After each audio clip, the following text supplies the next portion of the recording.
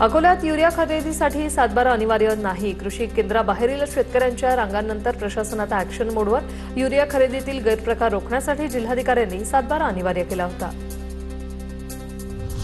पेरणी योग्य पाऊस झाल्याशिवाय पेरण्या करू नका, धुळे कृषी जिल्हा अधीक्षकांचा शेतकऱ्यांना सल्ला। 75 ते 100 मिलीमीटर पाऊस झाल्यानंतरच पेरणीचं आवाहन। वाशिम जिल्ह्यात मान्सून लांबल्याने खरीप पेरण्या रखडल्या असून शेतकरी चिंतेत। उपलब्ध पाण्याच्या आधारे काही शेतकऱ्यांकडून तुषार सिंचनातून कपाशी लागवड, पाऊस आणखी उशिरा झाल्यास खरीप हंगामाच्या नियोजनावर परिणाम होण्याची शक्यता। बीडमधील आष्टीतील तालुका कृषी कार्यालयात मोफत सोयाबीन बियाणं वाटपादरम्यान गोंधळ। बियाणं घेण्यासाठी टोकन न मिळाल्याने शेतकरी आक्रमक। छत्रपती संभाजीनगरच्या पाचोडमध्ये स्लॅबचं काम करताना तरुणाचा मृत्यू। तोल जाऊन खाली पडल्याने 24 वर्षाच्या तरुणाचा जागीच मृत्यू। घटनेनंतर कुटुंबियांवर दुःखाचा डोंगर कोसळलाय। खोपोलीतील सावित्रीबाई महात्मा फुले भाजी मार्केटची 42 वर्ष जुनी इमारत जीर्ण अवस्थेत। धोकादायक फलक असूनही पर्यायी जागा नसल्याने विक्रेत्यांना त्याच ठिकाणी व्यवसाय करावा लागत असल्याचं समोर। नवीन भाजी मार्केट उभारण्याची मागणी। छत्रपती संभाजीनगरच्या मुकुंदवाडीत 17 वर्षीय अल्पवयीन मुलीचं लग्न ऐनवेळी रोखलं। दामिनी पथक आणि अंगणवाडी सेविकांच्या सतर्कतेमुळे कारवाई।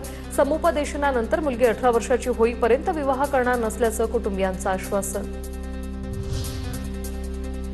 करमाळ्यात मुसाफिरी यात्रेच्या सभेत भटके विमुक्त समाजाच्या घरगणना आणि जनगणनेची मागणी। भटके विमुक्त समाजाचा केवळ मतांसाठी वापर होत असल्याचा आरोप। हक्कांसाठी संघर्ष तीव्र करण्याचा निर्धार व्यक्त। सिंधुदुर्गच्या सांगुळवाडीत रस्त्यावरील खड्ड्यांमुळे रिक्षा उलटल्याने 3 जण जखमी। संतप्त ग्रामस्थांचं शिवसेनेच्या नेतृत्वाखाली रास्ता रोको आंदोलन। सोमवारपर्यंत रस्ता दुरुस्त करण्याचं प्रशासनाचं आश्वासन।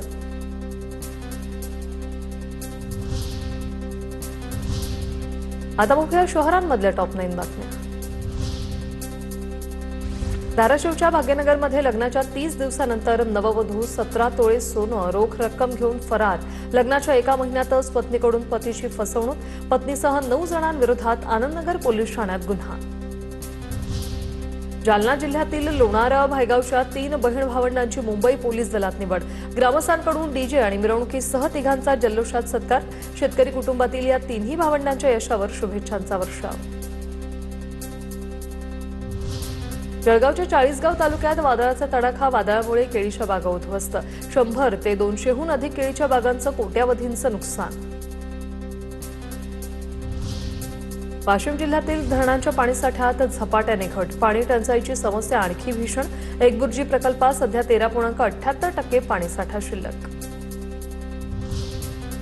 नागपूर पोलिसांकडून दाभा परिसरात धाड टाकत 2 सराईतांना अटक। 3 देशी पिस्तूल, जिवंत काडतूस, तलवार असा शस्त्रसाठा जप्त।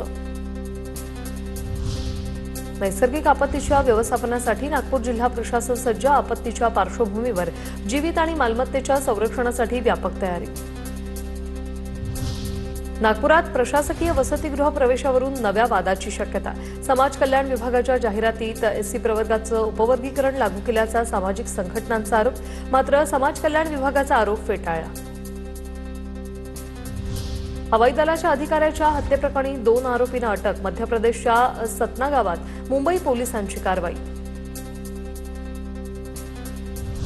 मुंबईतील घरकाम करणाऱ्या महिलांसाठी लाडकी बहीण धर्तीवरील आर्थिक सहाय्य योजनेचा प्रस्ताव। असंघटित क्षेत्रात काम करणाऱ्या महिलांसाठी स्वाभिमान निधी योजना सुरू करण्याचा बीएमसीचा राज्य सरकारकडे प्रस्ताव।